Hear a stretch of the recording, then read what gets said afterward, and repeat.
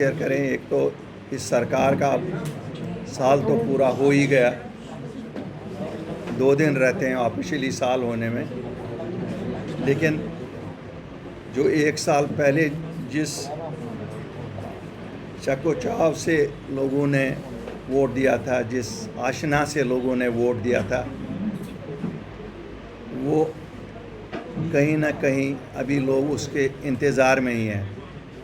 Jammu division ने बड़े ज़ोरों से भाजपा को वोट दिया था और कश्मीर ने मैक्सिमम सीटें नेशनल कॉन्फ्रेंस को दे दी और जम्मू के भी दो खित्तों में से नेशनल कॉन्फ्रेंस अच्छी सीटें निकाली। बदकिस्मती की बात है, अगर हम देखें तो सरकार भी नाकाम और जो भाजपा अपोजिशन है वो भी नाकाम। हाँ, कामयाब अगर इनमें से कोई है, वही जो लोग एमएलए बने, उनको शायद अपनी खिदमत वो कर रहे हैं। लोगों की खिदमत कोई नहीं कर रहा है, अपनी खिदमत कर रहे हैं। लोगों के मसले मसाइल ऐसे ही हैं और सितारा भी उनका कुछ ऐसा आया कि हम तब से कुदरत की मार ही खा रहे हैं। चाहे कहीं सैलाब हो या कहीं और हमारे यहाँ अनफॉर्चुनेट वाक़ा हुआ 22 अप्रैल को, जिसका आज तक बदकिस्मती से जो इतना बड़ा हादसा अनपैरेलल, आज तक भी किसी को उसकी सज़ा नहीं मिली कि जिनकी तरफ से सिक्योरिटी लैप्स हुई। करने वालों को सज़ा मिली, लेकिन जिनको रखवाली के लिए रखा था, जिन्होंने रखवाली नहीं की, उनका न आज तक पता है, न आता है, न पता है कि उनसे किसने जवाब लिया। अवाम की नज़र में तो आज तक वो नहीं आया। आपने देखा होगा नेशनल हाईवे, जो भाजपा का एक बहुत बड़ा हर वक्त दावा होता था कि हमने जम्मू कश्मीर के नेशनल हाईवे ऐसे बनाए कि यूरोप और अमेरिका भी पीछे रह गए हैं, तो वो भी टाइम फिश हो गया। हमने जब देखा 17 दिन रास्ता बंद रहा। तो जैसे उनके वादे जुमले होते हैं, वैसे ही उनके काम भी जुमले हैं। नेशनल कॉन्फ्रेंस की सरकार आए दिन ये कह रही है कि हमारे पास कोई पावर नहीं। 60 एमएलए का सपोर्ट उनको,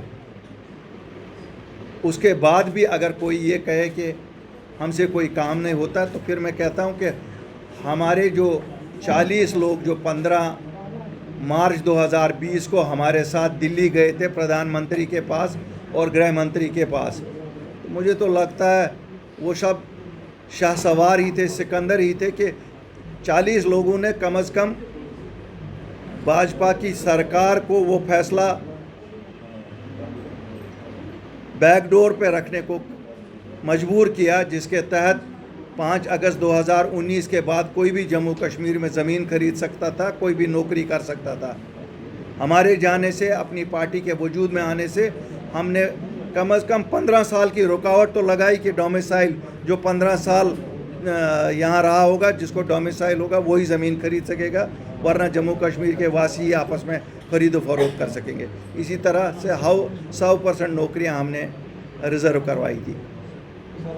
ये लोग, चाहे 28 लोग जो जम्मू से जीते या 60 लोग जो इनके अगेंस्ट सरकार में बैठे, अगर उनसे इसका एक्सटेंशन तक नहीं हो सकता, जो हम कह सकते हैं जो ये खुद कर सकते हैं, या भाजपा जिसकी अपनी सरकार वहाँ इसको 50 साल तक कर सकते हैं, इससे अच्छी तो वो हिमाचल की सरकार है जिसने अभी 25 साल को 35 साल कर दिया, कि 35 साल का डोमिसाइल कर दिया।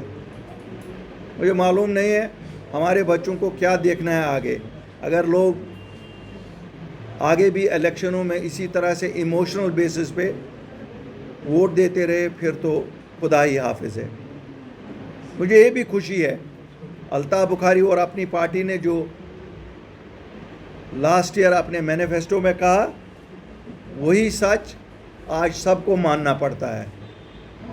आज चाहे नेशनल कॉन्फ्रेंस है या पीडीपी है या कोई और जमात है, यहाँ तक कि आज असलियत बीजेपी की भी सामने आई है, वो भी कहीं ना कहीं उन्हीं बातों पे आई है। ये ज़रूर है, वो कहते हैं हमारे पास रियासत की सरकार नहीं है, लेकिन सेंट्रल गवर्नमेंट उनकी है, और जब तक हम यूटी है यहाँ तो निस्ब से ज़्यादा उन्हीं का कंट्रोल भी है और चलता भी उन्हीं का है। अभी फ्लड रिलीफ के लिए जितना नुकसान हुआ जम्मू में, या जितना नुकसान कश्मीर में फ्रूट इंडस्ट्री को हुआ, मैंने तो कहीं नहीं देखा कि 28 लोग जो भाजपा के यहाँ हैं वो प्रधानमंत्री के पास जाके वहाँ कोई स्पेशल पैकेज लाए। किसान को तो वो भी नहीं मिला जो उसका नुकसान हुआ। बातें बड़ी बड़ी, लेकिन जब किसान की बारी आती है या जम्मू कश्मीर में आफत ज़दा लोगों की बारी आती है, वहाँ भाजपा के लीडर कहीं ना कहीं फेल हो जाते हैं। मुझे लगता है गवर्नर सरकार बेहतर थी इन इलेक्टेड लोगों की, चाहे वो नेशनल कॉन्फ्रेंस वाले हैं, चाहे बीजेपी वाले हैं या कोई और है। इनको बस एक ही चीज़ आती है, तू मैं करनी, एक दूसरे के साथ तू मैं कर रहे हैं, बाकी कुछ नहीं। आप देख रहे हैं डेवलपमेंटल वर्क सफ़र कर रहे हैं। टोटल जो अभी तक खर्चा ये दिखा रहे हैं वो 20% के करीब हुआ है, रिलीज़ ही 35% हुआ है। जब सरकार वालों से पूछो, वो पक्ष कहता है कि साहब हमें पैसे नहीं हैं। जब अपोजिशन वालों से पूछो तो वो कहते हैं ये खर्चा नहीं करते हैं। अब कौन सच बोलता है, कौन झूठ बोलता है? लोग सफ़र तो 100% कर रहे हैं। एक मौका अब आया है, बाय इलेक्शंस 1 साल के मुद्दत के बाद इन्होंने की। ये भी बदकिस्मती की बात है। ये भी इन दो जमातों के दरमियान जो खींचातानी है, इसमें नगरोटा वालों ने भी सफ़र किया और बड़गांव वालों ने भी सफ़र किया। एक और मौका है। अब मैं लोगों से अपील करूंगा आपके माध्यम से कि आज कम से कम इस वोट से कोई सरकार नहीं बनेगी, कोई सरकार नहीं गिरेगी, लेकिन आप वाज़िया तौर पे एक सिग्नल भेज सकते हो कि ना हम सरकार से खुश हैं और ना हम अपोजिशन से खुश हैं। आज मैं लोगों से अपील करूंगा कि अब जबकि उन्हें बखूबी ये समझ आया कि अपनी पार्टी वाहिद वो पार्टी है जो सच की सियासत करती है, आज सच को एक मौका दे के हमारे कैंडिडेटों को, जो हम यहाँ से भी कैंडिडेट उठा रहे हैं और वहाँ से भी उठा रहे हैं, कल हमारी पॉलिटिकल अफेयर्स कमेटी कैंडिडेट्स का नाम ऐलान करेगी। हम लोगों से अपील करता हूँ, मैं दोनों कॉन्स्टिट्यूंसी के लोगों से, कि वो आज सच की सियासत का साथ दे दें। इससे कोई हुकूमत नहीं बननी है, लेकिन सच का बोलबाला रहेगा और उन दोनों जमातों को ये पता रहेगी कि हमें लोगों ने रिजेक्ट कर दिया है। क्यों सब सियासी जमातों के लिए ऐसा सिग्नल अगर लोग नहीं देंगे तो फिर लोगों को पछतावे के बिना और कुछ नहीं मिलेगा।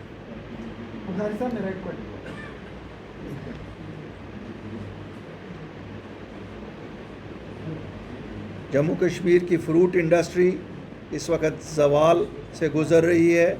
आप देख रहे हैं ये रास्ता इस वक्त 24 घंटे चलना चाहे, अब एक दिन वहाँ से एक दिन यहाँ से चलता है। किराया जो ट्रक का ₹1,00,000 होता था, आज 1,50,000 1,60,000 है। जो मैं सरकार से मांग करता हूँ कि कम से कम इनको जो इस चीज़ की सब्सिडी दी जाए ताकि वो फ्रूट इंडस्ट्री भी ज़िंदा रहे। इसी तरह से पैसेंजर जो जम्मू के वासी श्रीनगर जाना चाहते हैं, कश्मीरी जम्मू आना चाहते हैं, रेल लगी तो है, लेकिन 2,000 लोग की कैपेसिटी है, 2 ट्रेनें चलती हैं टोटल।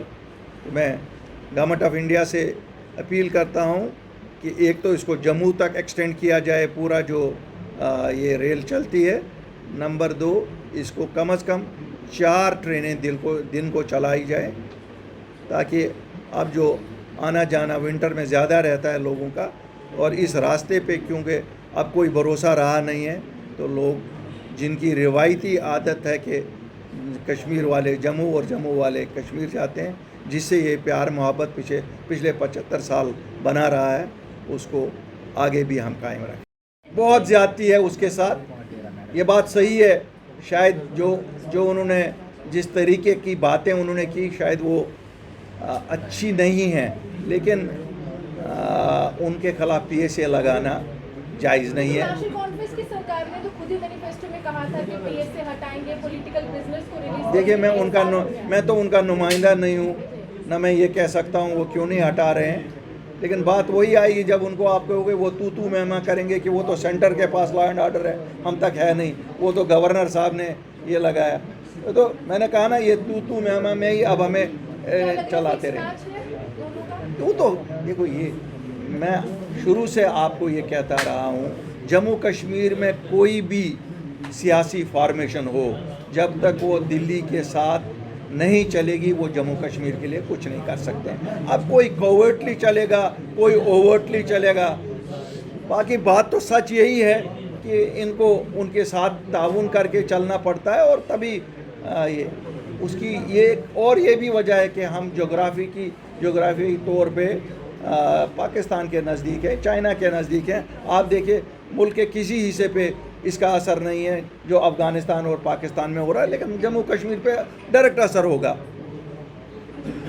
जैसे आपने कहा कि डोमिसाइल की बात की कि यहाँ पे ज़मीन 15 साल कम से कम जिनके पास होगा वो यहाँ पर, लेकिन अगर वहीं पे बात की जाए जो हमारे यहाँ के युवा है, अगर अपना रोजगार वो लगाते हैं तो नगर निगम वाले उनकी वो रेडी पड़ी उठा देते हैं। वहीं पे अगर हम बात करें कि बाहर के जो प्रवासी लोग हैं उनका आप देखो फ्लाईओवर के नीचे वो वहाँ मैडम बात आपने सही की।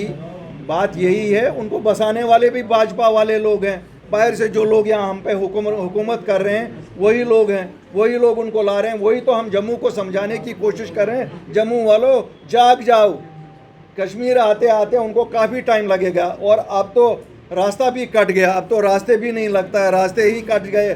तो क्या कर रहे हो, ये तो आपकी टांगों के नीचे पहुँच गए है।